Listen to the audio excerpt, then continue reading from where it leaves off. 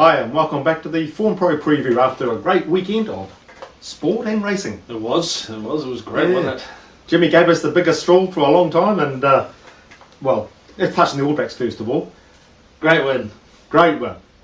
Just, have you ever been so nervous? Oh, the last 20 minutes. Even at half time you think, crikey, they should win, but all it takes is a penalty or a drop kick or something like that. But, Well, it was even more tension when Donald came on, because with his record, you just thought, oh my God.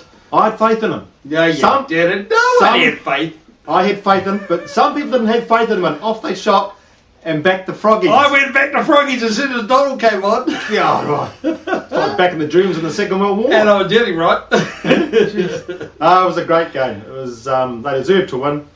Yeah, I think they played their final against Australia, didn't they? I think they did. And a bit flat, but they did what they had to do. It was interesting. With about 4 minutes to go, I watched the replay, and the guy on one of the channels said when they had the ball in hand, he said, "Oh, they've got to kick it down and get the ball away from the penalty area." Fair enough, but they've learnt to win now. Yeah. If you got the ball, you can't. Very hard to lose. Yeah. And that's what they did. Richie McCaw made sure, gouged eye and all, made sure they kept the ball in hand and won that cup. So a fantastic one. What a relief, man. Great for New Zealand. It was fantastic for New Zealand. Yeah. And our bets came off last week with the 1 to 12. Oh yeah. I thought that was a great bet. $1.87. Yeah. It was always going to be tight, I thought. So. But the punt of the year had to be Puri Wepu. Oh, yeah. Once you knew, with that 10 minutes before the start of the game, that his groin was playing up and getting stretching and all sorts of things going on with his leg to see if he'd come right. You knew he wasn't going to score 16 points or 18 points at that stage. And some people got on, obviously, $1.40, ended up paying $1.35. So that was a great punt. Yeah. Jimmy Chu on the Cox Plate. Jonathan Riddell, take your head off. Fantastic ride. Just so unlucky to get a horse that got a better run than you. Oh, that's what it was. He gave a perfect run. We only hit the front of the goal. We're home here. Yeah. Like everybody else. We were just screaming and we were thinking, but you can't. And then you just saw this pinker come out of the descend out of the clouds. Craig Williams, he's the luckiest bugger alive. Rekindled interest was 3 back on the fence. Yeah. And he was on the outer pinker. Rekindled interest goes off. He ducks the inside of him. King's Rose comes out of the trail, goes where she went, comes through, gets the perfect run from heaven. Lion Tate, very unfortunate about Lion Tate. Our condolences. Terrible, I mean, just it's sickening. But he starts going backwards. It just everything fell into a place. Yeah, here it is here actually. Yeah, we've got Pinker here. There's Rekindled interest. King's Rose, Jimmy moved out. Had to move out because efficient. Started moving out. The first one made a damn good race. Yeah, and he had to go then. He had no choice. Let's have a look here. Now we've got Helmet. He got skittled there too, remember? Yeah. Look at it. Yeah. Then he gets There's Pinker. Came right through them on the inside there. So run from heaven. Jimmy hits the front there. I think, we've got a great chance here. I thought if Rekindled interest was the one to beat. There he is, trying his heart out. Pinker comes through. Yeah. Wall Street. Terrific run. Yeah. And we'll touch on him in the McKinnon Stakes shortly. But that was a great race. And he rode, all hats off to Jonathan Riddell. He rode the perfect race. And just a great... That's racing. Very good time, Yeah. I think it was the second fastest time the last 11 years. So faster than Sunline's. Helmet... I don't know why he wouldn't have stacked them up, but I think maybe he got a little bit keen. He didn't really stack. He actually set a reasonably good tempo. I know, that's what I mean. He would have, with his weight, you would have thought he might have tried to slow him up and sprint him, but hats off to the bookies too. They give a good head-to-head between Helmet and Jimmy Chu. And for those who were pretty keen on backing Jimmy Chu to beat Helmet, it was good. So it's good to see the bookies offering more options like that. And with the new system coming in, we'll be getting more and more of those. So we can look forward to that. But another great Cox Plate, efficient there. Got hampered, didn't he? About 300 metres to go. Yeah, well, ran on nicely. Yeah, Luke Nolan on King's Road, his comment after the ride wasn't my best ride. Yeah. You're telling me it wasn't, Luke. Yeah. So it's the Cox Plate, but at the start was a shocker. With Wall Street and Glass Harmonium. You just forget Glass Harmonium. You ran. He wasn't even the stalls weren't even fixed properly. Yeah. It's just ridiculous. And Wall Street's barrier wasn't closed behind him at the start. Yeah. That's ridiculous. You know? Some horses lean back on there and sort of push off on it, don't they? So, well, I reckon there were three or four open. I can't believe he let them go when he did. Because and I think Glassamoni's right. They're right to ask for their money back because that was a shocking start. Anyway. Yep. I'll touch on the big race at Awapuni tomorrow, the Fielding Gold Cup. Halls, I think, by the ratings, Halls looks the best place there, around $10 with bookies at the moment. Drawn one, well, the inside's not too bad by that time of day. It's going to be a very good each way chance. I'll preview the race in full on the website later on, but Halls at around $10 I recommend is a good each way bet. Right, we'll go over to Melbourne now. Right, did McKinnon Stakes.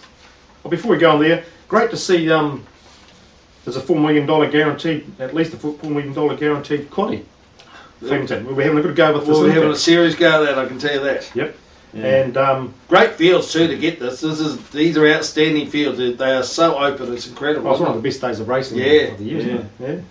Yeah. And this week in racing, or the next 2 weeks, is just heaven. Oh, it's terrific. It's just heaven. Okay, McKinnon Stakes. Interesting with the pace in this race. Well, if they let Glassamoni start fairly, he'll definitely set the pace. Yeah. So you got Ginga Dude, Glassamonium. Interesting comment about Ginga Dude. Likes people, yeah. Michael Walker said that he didn't stretch out last start, but we still ran fifth. 20 mile. Yeah, so it was quite interesting because he had the perfect run, and quite an interesting comment that was. Yeah. More ground's going to suit him. Yeah, it definitely suit him. So. No. For me, I think with a reasonable pace in the race and Moran Glassamoni will probably set up the pace. Moran loves to go to lead or be right on the pace. You've got Ginga Dude who are definitely Glassamoni, and there's one of those way bookmarked as well. Well, yeah, probably Lights of Heaven will be up there, you know. Yeah. So it's going to be a reasonable pace. Now, the 2,000 metre starts, good long run at the first bend, big sweeping bend. So I'm pretty sure Wall Street's going to be able to slot in nicely, plenty of time to slot in nicely, even 3 wide with cover will suit him. And with the rain about and a dead track, the inside often goes off there. So having drawn out wide could be a plus for him. So I think Wall Street, based on that run and the Cox Plate. Well, have a look at it. Go back and have a look. Yeah. It's a really good run. Well, if you swap the runs of Pinker and Wall Street. Well, Pinker goes inside at the same time as Thing goes the outside. There he is there, right at the back. Yeah. Is Wall Street there? Oops. There's Pinker. Wall Street there's Pinker there taking the shortcuts. Yeah. Which is usually death if you're on Pinker, but he got all the luck in the world. Yeah. And look how wide he is. Doing plenty of work. Yeah. There's a good camber there though, which helps. But actually, I watched the bird's eye view after the race, and you could see Wall Street was making good ground on rekindled interest all the way. The last 20-30 metres, he just came to the end of it, which is natural. Yeah. After that, doing all that work to get there.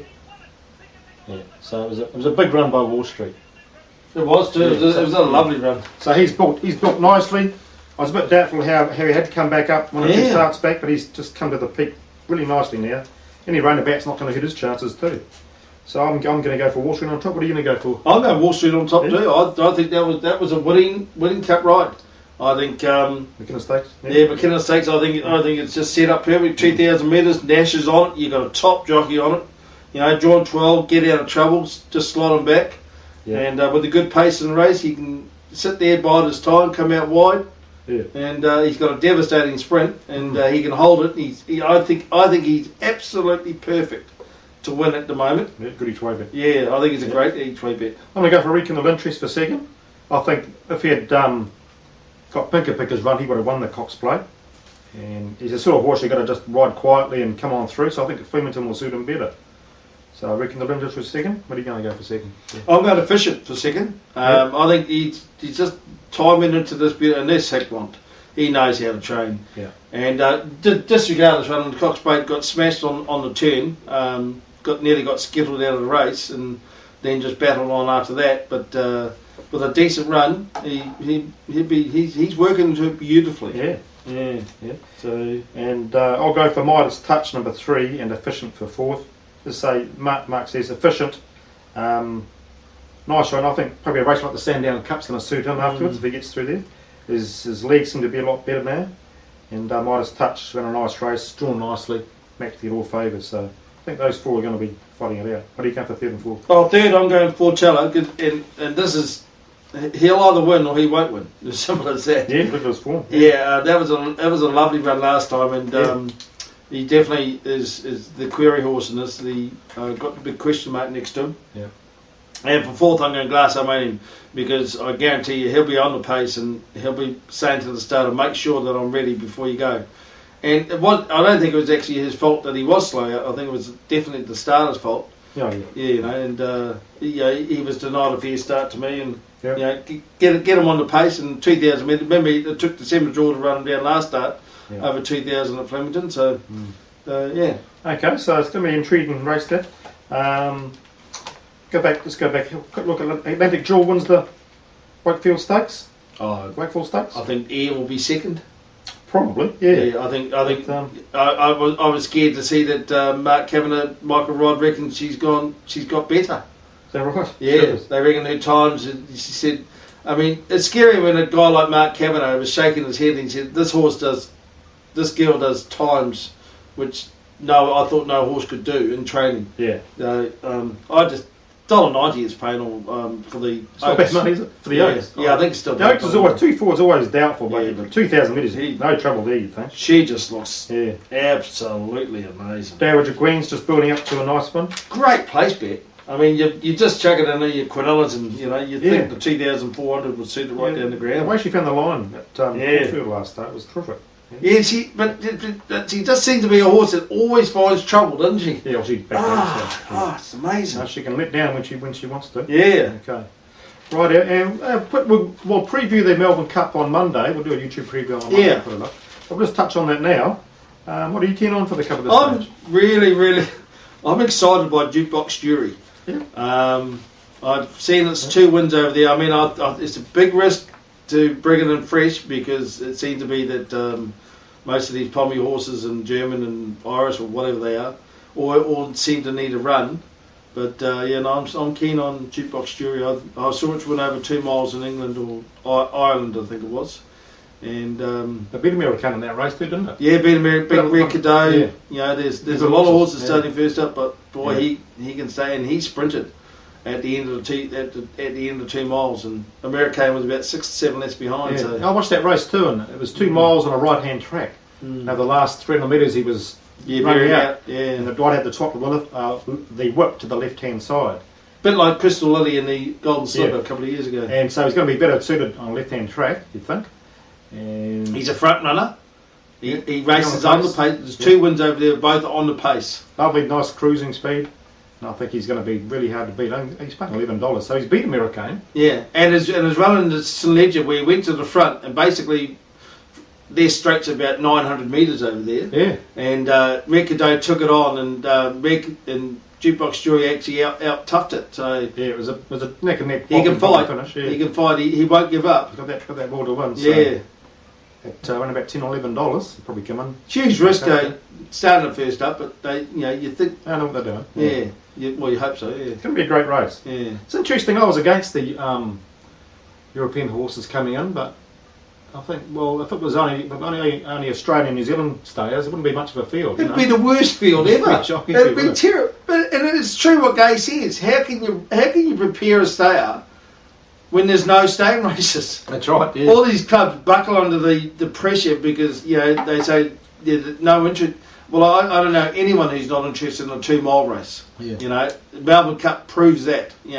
2 miles, and the Auckland Cup and the Wellington. It used to be the Wellington Cup, New Zealand Cup down at Riccarton. Fantastic. Yeah.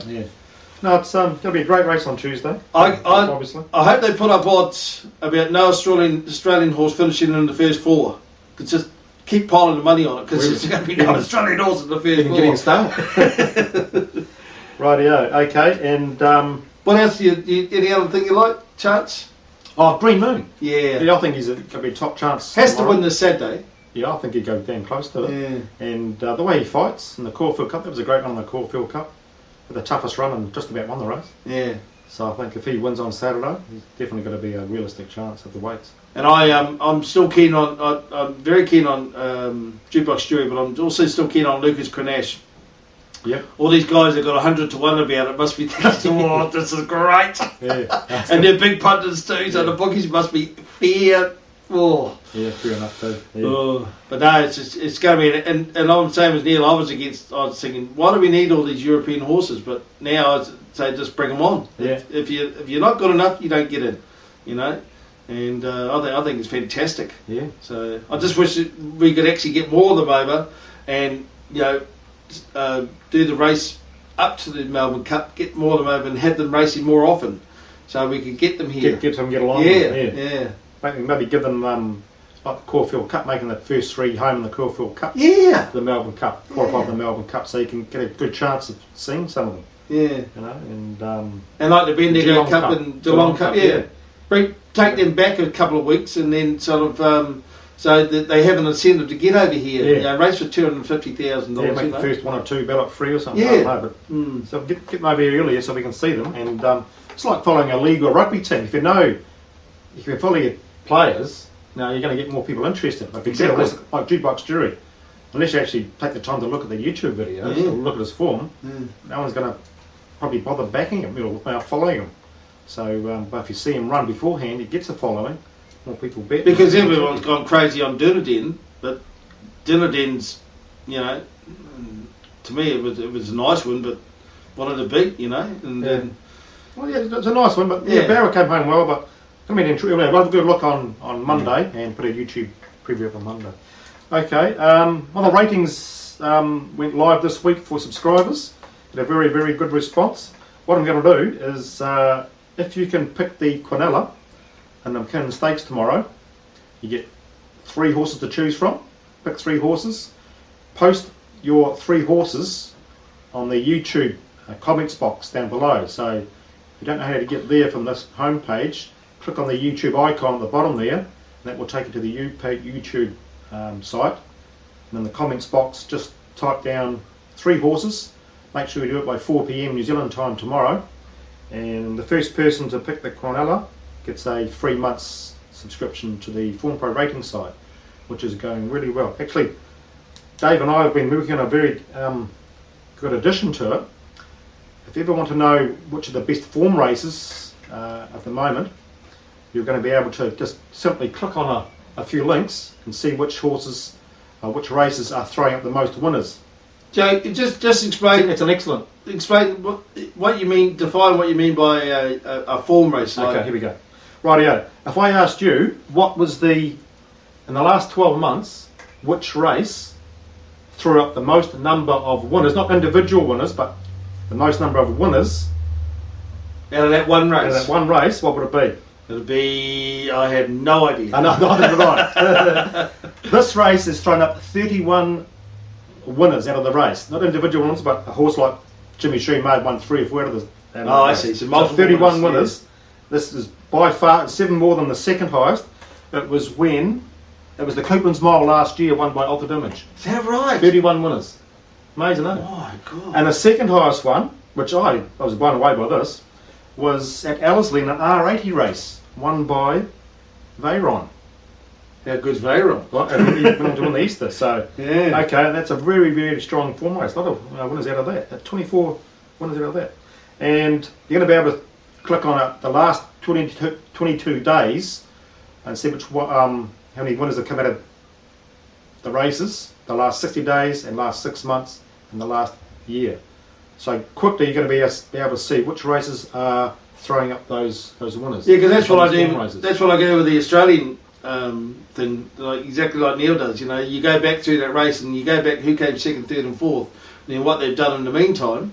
And if they run last and second last from the next 2 starts, well, obviously that race wasn't a good form race. Yeah. But then you go to other races and you can see that they run second, they won, and that means it's a really good race. Especially if a horse finished second or third, and the fourth and fifth horse ran strong races, and the horse didn't win in a strong race too. It just tells you the horse is good enough to win a race. Yeah. Now, when the next start, they usually win the second or third time up. So it's a very good indicator as to future winners. So look forward to that. We'll quite have a free link to it actually when we actually get it finalised and get it going, and so you can see how it works. It's going to be a really valuable tool to a lot of punters. Okay, so post that Quinella, the McKinnon Stakes, by 4 p.m. tomorrow. Get a free month subscription to the rating site if you're the first person to post or pick the Quinella. And looking forward to a great day's racing tomorrow. Got the league on Sunday morning. No, Saturday morning. Saturday morning, is it? Saturday morning, 7:30 tomorrow. Tomorrow morning. Oh, Yeah. Aussie and New Zealand. Aussie, New Zealand, yeah. God, they can't play any worse, could they? The Kiwis. Oh, don't worry about that. I mean, this is where they step up or they don't step up. You know. Yeah. We just have a long history of not caring about those matches, and Yeah. and then we step up with this. That's why we're world champions and Four Nations champions, yeah. Aussies. And the point start will be interesting. Yeah, it will Be an be. interesting bit for us. Yeah, I like the side too. He's named. I really like the side. Yeah. So Oh, that's great. Yeah. yeah. Okay. Well. And don't forget, we've got the Cup on Tuesday, which we'll do a preview for. Then we've got the Oaks on Thursday. Then we've got the Emirates Mile on Saturday. Oh, just outstanding! Bring it on! Yeah. You know, Neil's off down to Christchurch again off his little No, jaunt. I'm not going there. I'm not going there. Yeah. Oh, well, that'd be great. Hopefully, you can get stuck into it and make a few dollars. And good luck.